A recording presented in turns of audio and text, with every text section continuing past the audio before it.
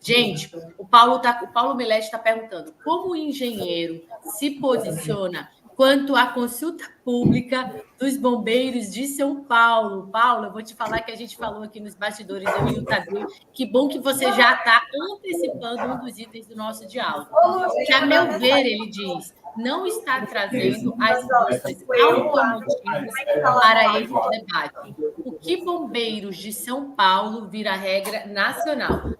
Fala um pouquinho aí para a gente da consulta pública dos bombeiros de São Paulo, Tadeu, por favor. Vamos lá.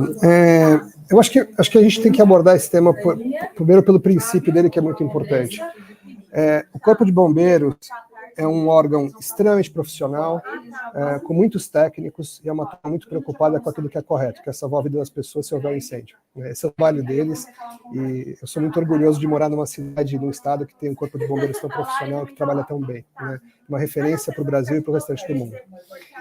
Isto posto, o Corpo de Bombeiros, quando ele vai criar uma nova regra, ele tem que falar com o mercado e tem que trocar informações para poder criar uma nova regra. É a forma que eles têm de fazer isso, uma consulta pública. Então, o que está acontecendo é um processo normal e republicano.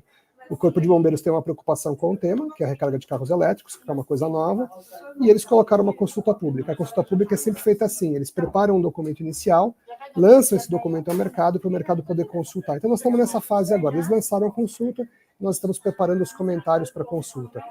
Eu sou parte da BVE, a BVE está preparando uma proposta de substitutivo para esse projeto do Corpo de Bombeiros, para justamente ser a base de discussão técnica. Então são os maiores especialistas do mercado envolvidos, eu sou parte desse grupo de trabalho que está preparando esse documento que vai ser apresentado aos bombeiros nas próximas 2 semanas. Tá?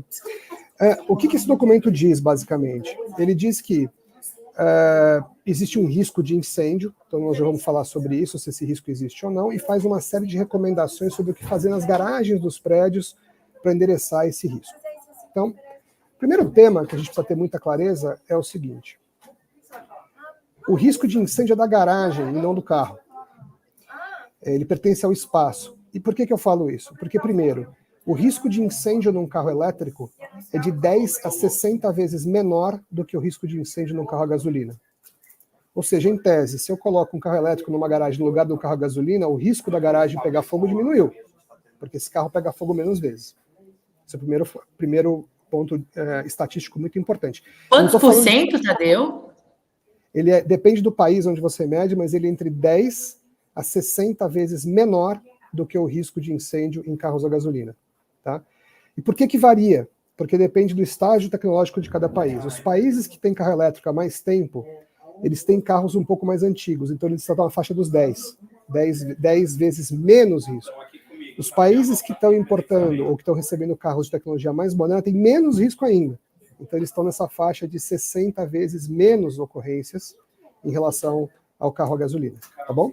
Então vamos pensar assim, se eu estiver numa garagem de prédio, no meu prédio, tá?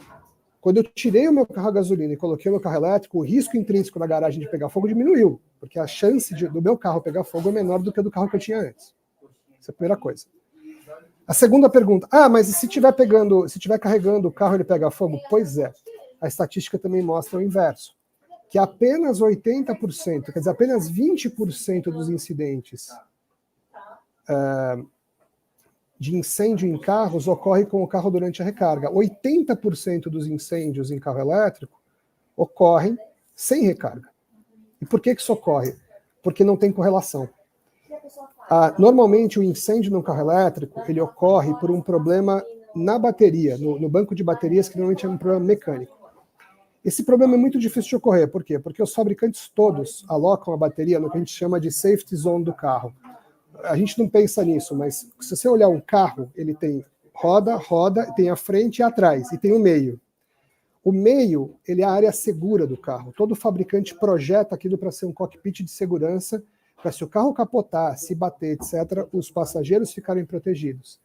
E é por isso que a bateria fica ali, ela fica no assoalho, embaixo do usuário, protegida em caso de colisão.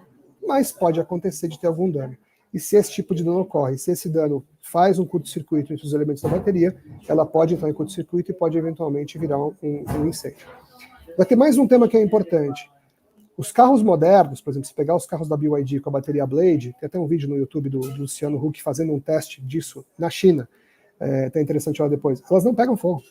No teste eles colocam uma agulha, assim, perfura a bateria, e a bateria sai lá uma fumacinha, mas ela não pega fogo. Se pegar uma bateria comum, ela pode acontecer isso. Então, tem uma preocupação enorme dos fabricantes de colocar novos produtos no mercado, que também, mesmo no caso de um problema mecânico, etc., não vão ter um problema de incêndio. Então, tudo isso para dizer o seguinte, o risco de incêndio, e acho que é bom falar disso, numa garagem existe, mas é de todos os veículos. A maior comprovação disso é que se você pegar nos Estados Unidos, né, o mercado americano, um mercado super desenvolvido, estatística para tudo, os caras tomam as decisões sempre com base em dados. A National Fire Protection Association dos Estados Unidos publicou uma nova norma para estacionamentos no ano passado. E essa nova norma para estacionamentos do ano passado, o que ela diz? Olha, nós vamos mexer na regra do estacionamento em geral. E não tem nada na norma dizendo, olha, isso é carro elétrico, não é. Eles simplesmente chegaram à seguinte conclusão.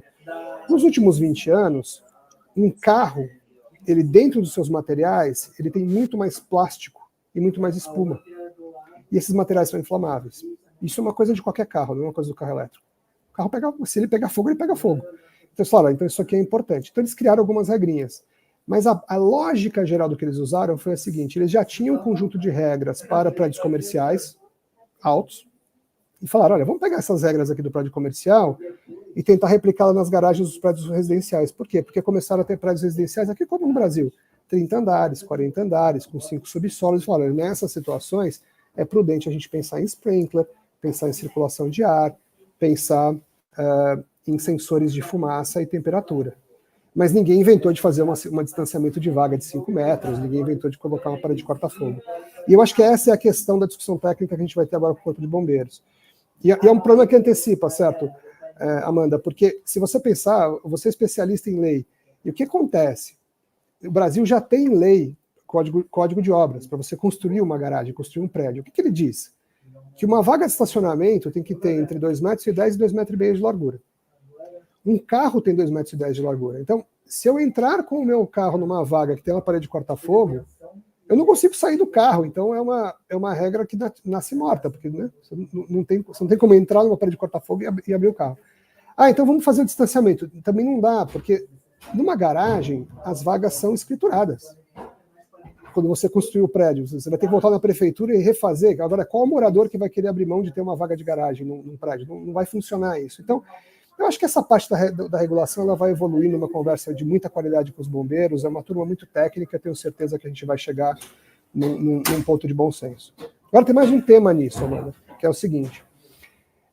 Isso é uma consulta pública. Não quer dizer que vai sair mês que vem, daqui a 2 meses, 3 meses, 4 meses, 6 meses, 12 meses ou 1 ano.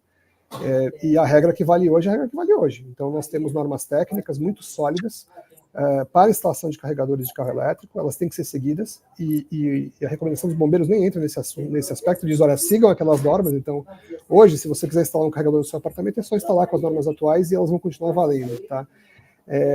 E a outra coisa, né, tem uma lei em São Paulo que obriga a colocação de vagas de carro elétrico nos condomínios. Essa lei está valendo, então tem que ser cumprida também, né?